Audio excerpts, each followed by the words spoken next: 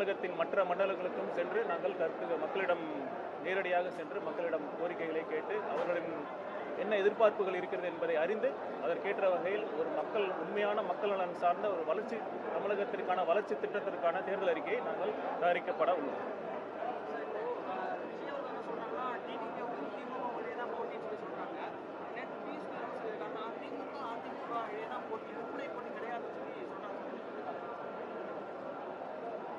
நாங்கள் திரும்பவும் சொல்கிறோம், தலைவர் அவர்கள் சொன்ன மாதிரியே சொல்கிறோம், இந்த தேர்தல் டிவிகேக்கும் திமுகவுக்கும் மட்டும்தான் போட்டி. மற்ற கட்சிகள் வேணால் அவங்க ஆசையை வெளிப்படுத்தலாம், ஆனால் களம் எப்படி இருக்குங்கிறது எல்லாருக்குமே தெரியும். தேசிய ஜனநாயக கூட்டணி மக்களிடம் எந்தவித வரவேற்பையும் பெறவில்லை என்பதுதான் உண்மை.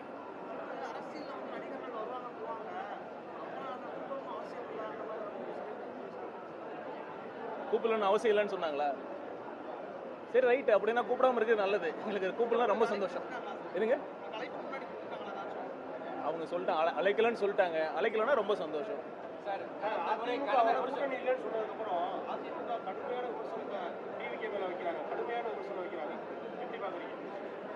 எங்களை பொறுத்த வரைக்கும் எங்களோட பாதையில் ரொம்ப தெளிவாக இருக்கும். எங்களோட அரசியல் எதிரி திமுகவை இந்த ஆட்சியிலிருந்து வீழ்த்த வேண்டும், ஒரு நல்ல மக்கள் நலன் சார்ந்த ஆட்சி அமைக்கணும். அந்த பாதையில் நாங்கள் தெளிவாக சென்றுட்டு இருக்கோம்.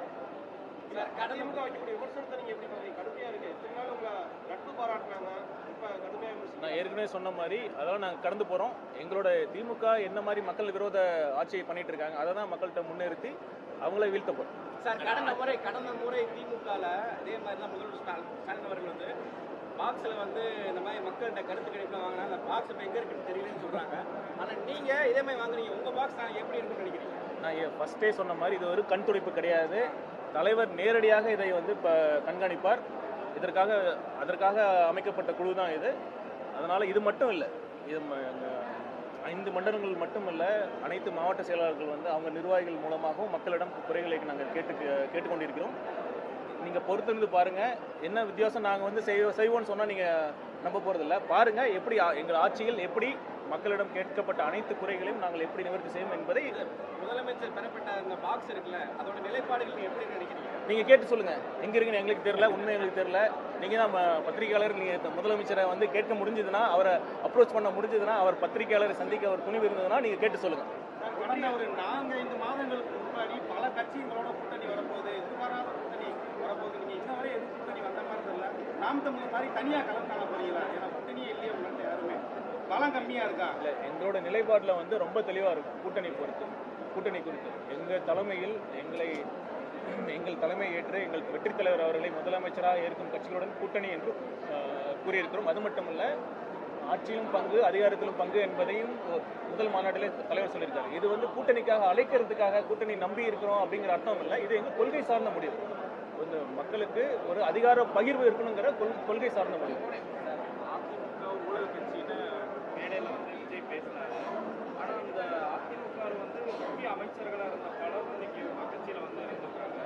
அப்போ அவர்களெல்லாம் இப்போ புனிதர்கள் ஆயிட்டாங்களா அப்படின்னு வந்து டிடிவி தினகரன் வந்து ஒரு கேள்வி எழுப்புறாரு. இதை எப்படி பார்க்குறீங்க? ஏன்னா அவர் கேட்குற சரின்ற இல்லை, நீங்கள் கேட்கப்பட்டு யார் கேள்வி கேட்குறாங்களோ அவங்களோட ட்ராக் ரெக்கார்டு என்ன, திமுக இதே இப்போ குற்றச்சாட்டு வச்சுருக்காங்க, அவங்களோட என்ன நடக்குதுன்னு நான் சொல்லி தெரிய தேவையில்லை. தலைவர் வந்து அந்த கடந்த நிகழ்ச்சியை ரொம்ப தெளிவாக சொல்லியிருக்காரு. நான் ஊழல் செய்ய மாட்டேன், ஊழல் செய்ய விட மாட்டேன்னு சொல்லியிருக்காரு. அதுதான் எங்கள் நிலைமை. எந்த தலைவர் ஆட்சியில் யாரும் ஊழல் செய்வதற்கு எந்த துணிவும் இருக்காது. ஒன்றிய அரசுடைய பட்ஜெட் அப்டேட் பார்த்தீங்களா? இல்லை, நான் பார்க்கல. உண்மையாக இந்த காலையிலிருந்து இங்கே இருக்கேன், நான் அதை பார்த்துட்டு அப்படின்னு சொல்கிறேன்.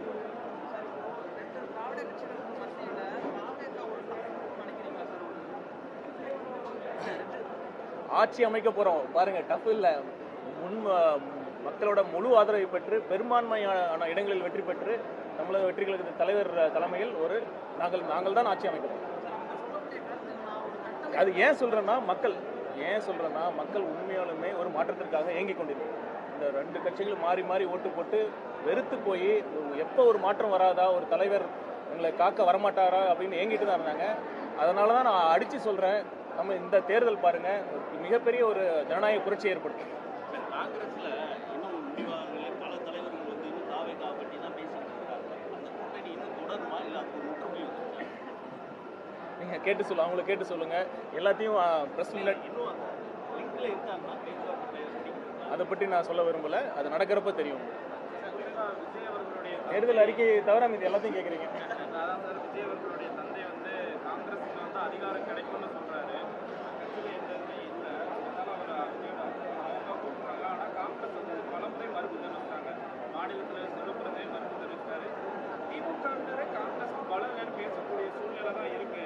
ஏன் நீங்க திரும்ப திரும்ப காங்கிரஸை வந்து அவங்க அப்பா எல்லாரும் கூப்பிடுறாங்க? அந்த நிலைமை ஏன் இருக்குது?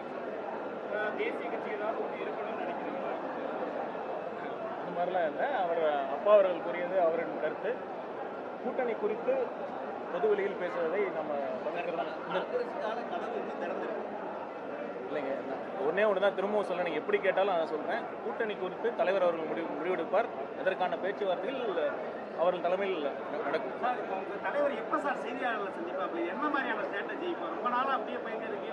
NDTVயில் ஆஃப்டர் கேமராவில் வந்து பேட்டி கொடுக்குறாரு. எப்போ வந்து பொதுவெளியில் உங்களை மாதிரி வந்து பத்திரிகையாளர் சந்திக்க போகிறாரு? அது எதுவும் என்ன ஸ்ட்ராட்டஜியா? அதுவும் ஜனநாயகன் படத்துக்கு அப்புறம் சந்திப்பாரா இல்லை என்ன மாதிரி? அது அதிகாரத்தில் இருக்கிறவங்களை நோக்கி கேள்வி கேட்கணும். நீங்கள் கேள்வி முதலமைச்சர் அவர்கள் அவர் எப்போ பத்திரிகையாளரை சந்திக்கிறாரோ, ஒரு உண்மையான பத்திரிகையாளர் சந்திப்பு நிகழ்வு நடக்குதோ அதற்கு அடுத்த நாள் சந்திப்பார். அதுக்கு இதற்கான ஒரு குழு, தேர்தல் பிரச்சார குழு தலைவர் அவர்கள் ஏற்படுத்தியிருக்கிறார். அவர்கள் கலந்து ஆலோசித்து விரைவில் அதற்கான அறிவிப்பு வரும். கருத்து கணிப்புகள்லாம் பார்க்குறீங்களா? கருத்து கணிப்புகள்லாம் வரும்போது அது கருத்து கணிப்பா கருத்து திணிப்பா பாருங்க. உண்மையான கருத்து மக்கள்கிட்ட நீங்கள் போய் கேளுங்க, சொல்லுவாங்க. வேட்பாளர்கள்லாம் தயாரா சார்? திமுக ரெண்டுமே பழமையான கட்சி, 50 வருஷத்துக்கு கட்சி, பலபலமெல்லாம் இருக்கு. அந்த மாதிரி ஒரு கட்டமைப்பு வச்சுக்கணும்னு சொல்றாங்க. அந்த மாதிரி ஒரு சூழலை நீங்க எப்படி சமாளிக்க போறீங்க? பணபலம் இருக்கலாம், மக்கள் பலம் அவங்ககிட்ட இல்லை. நன்றி நன்றி நன்றி. அனைவரும் அமர்வோம். English medium போட்டையா? அப்படியே